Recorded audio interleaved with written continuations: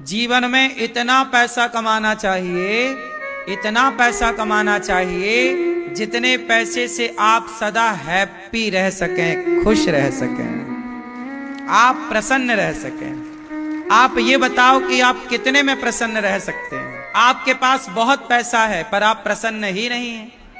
आपके पास बहुत कम पैसा है पर आप खुश ही नहीं हैं। तो ऐसा करो कि आप बस खुश रहें। इतना कमाओ साहब कि आप जी भर के खिलखिलाओ, हंसो, मुस्कुराओ।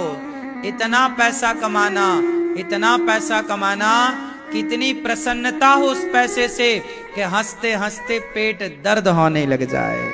आप पैसा कमा के यदि हंस नहीं पा रहे हैं तो करोगे क्या पैसे का। इसलिए पैसा उतना कमाओ जितने से होंठों पे सदा मुस्कान बनी रहे। आजकल के जितने लड़के हैं 100 में से 99 मैं छोरों की बात कर दूं। आज के जो नए लड़के हैं, युवा, इनके अंदर एक बीमारी है। इनके पास जरा पैसा आएगा ना, सबसे पहले बड़का मोबाइल, बड़ी गाड़ी, बड़ा महंगा चश्मा, ब्रांडेड कपड़े, और पैसे खत्म तो फिर वही चिथड़े कपड़े, वही पुराना खंडहर मोबाइल, वही खटारा गाड़ी। यही 4 दिनों की चांदनी।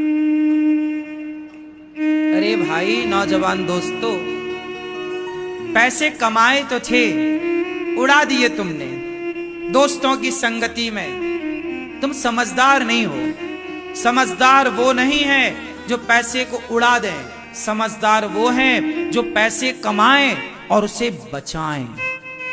एकनाथ शिंदे जी ने गौहत्या बंद कराई है। पूरे भारत में पहला मुख्यमंत्री एकनाथ शिंदे जी हैं, जिन्होंने गाय को राज्य माता का दर्जा दिया है। यदि एकनाथ शिंदे गाय को राज्य माता का दर्जा दे सकते हैं तो भारत का प्रत्येक मुख्यमंत्री दे सकता है। क्यों नहीं दे सकता।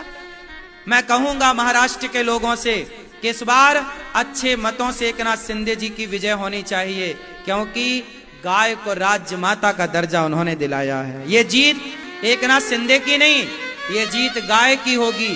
और गाय के साथ एकनाथ शिंदे जी ने यदि उनके साथ न्याय किया है, गाय के साथ, गाय को राज्य माता का दर्जा दिलाया और बूचड़ खाने के लाइसेंस रद्द कराए, तो मैं वहां की जनता से कहूंगा कि ये जीत इस बार एकनाथ शिंदे जी की नहीं, ये जीत गाय की जीत मानी जाएगी। यदि गाय से प्यार करते हो तो गौ हत्या बंद कराने वाले एकनाथ शिंदे जी का साथ देना चाहिए।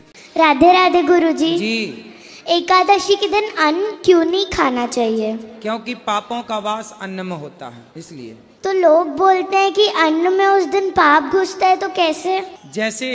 जैसे हमारे और आपके अंदर कोरोना घुस जाता था, बीमारियां घुस जाती हैं, उसी तरह बीमारियों के तौर पर पाप भी उस बैक्टीरिया की तरह है, जो पाप उस अन्न में प्रवेश कर जाता है। ठीक है। राधे राधे।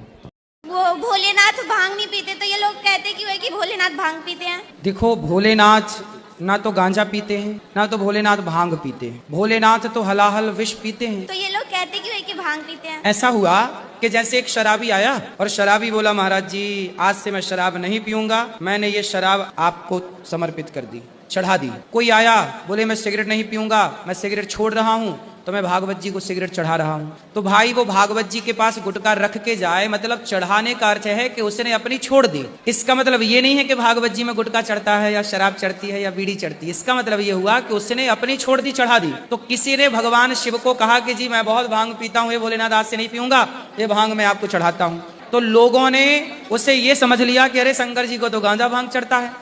तो शिवरात्रि पे भांग क्यों प्रसाद में बांटते हैं। ये बताओ, शराबी तो शराब ही बांटेगा, गंजेड़ी तो गांजा ही बांटेगा, तो भंगेड़ी भांग बांटता है।